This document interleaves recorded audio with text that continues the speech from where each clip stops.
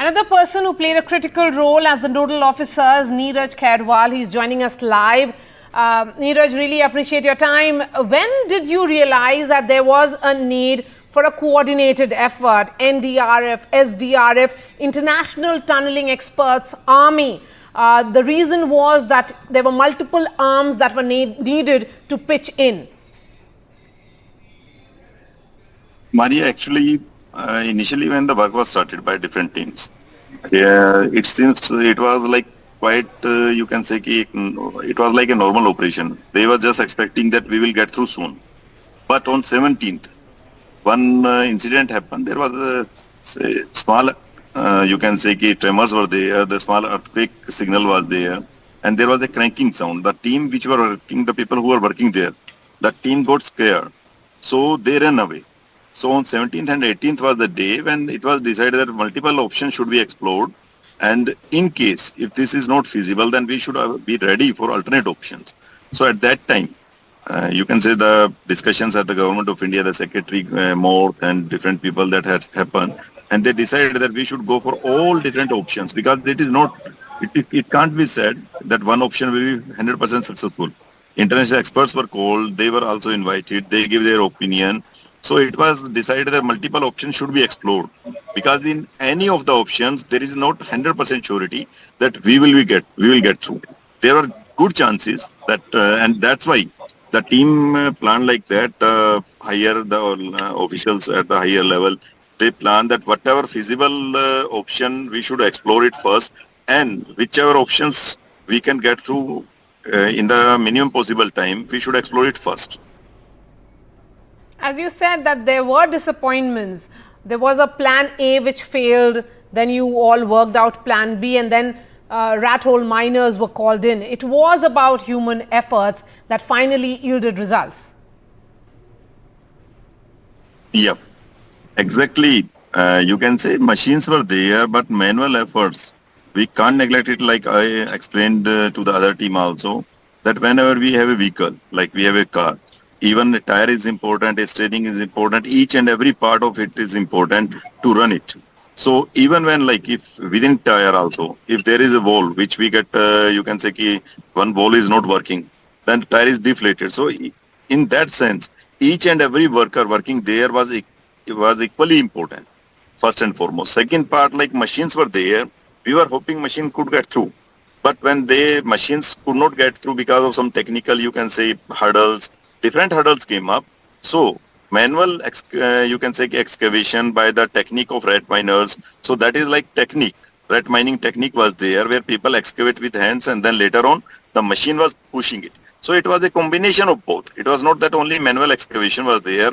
Manually they were excavating, the machine was pushing. The same machine was pushing. So best part was all the experts give all their suggestion and the solution came up. And what was the first communication that you had with the 41 trapped workers? What was it that they told you, and what was communicated by your side? Initially, like first and foremost was whether they are okay, each and everybody is okay. That was the communication. And later on, different type of communications were established. They talked to their family members also. That was like, they were asking for like smaller things. Even they asked for nail cutter, that please, we don't have nail cutter, please provide it to us. And it was like that, you can understand when they got a little bit okay. Initially, when the communication was there, not there. So what we need is like air, water, food, and then communication. So air was there, it was pumped through compressed, you can say, air machine. Water was available on that side. Food we sent. So later on, when communication was established, they were mentally very satisfied. So mental, you can say, health, they got into good mental health when they got communication. I talked to them many times. They expressed their happiness that we are happy in the sense that we are getting all the things and people are working on so many fronts. We told them that so many teams are working. We informed them for the reason that like on the opposite side, Barcode side, the team, THDC team which was working. So they were utilizing blasting technique. So they used to blast a 2x2 window and they had to approach. So we informed them that if you heard blasting sound on that side, so don't get panicked. So we informed them that team is working on perpendicular side also. They were trying, like THDC team was working on that side. The other team was working, RVNL team was working, the SGVNL team was working. So we informed them that on the, even from their roof side, the team is working. So don't get panicked. So they were informed about each and every event, and that's why they were satisfied that we will be, they were also, you can say, confident that they will get out, and they will get out without any kind of any injury or any kind of hurt. That was the best part. Will you say that Himalayas have shown don't take us for granted? So will there be more caution with more protocols for future when you pierce through the Himalayas and these mountains? Surely, right now I was just coordinating, I was secretary coordination. So whatever I'm looking at, I can tell you about that only.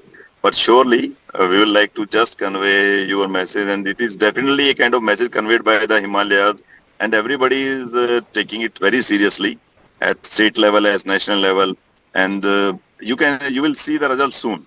That even the secretary Mahmood sir was here, and Raghavan sir was here. He was of the view that we should have some kind of protocols for future, the safety, and definitely I can't tell, but you will see something in future that this has taught us few lessons, and definitely the improvement will be. My last question to you, there was a lot of monitoring that happened from the Prime Minister's office with the Prime Minister himself, taking hourly updates from the Chief Minister and other officers.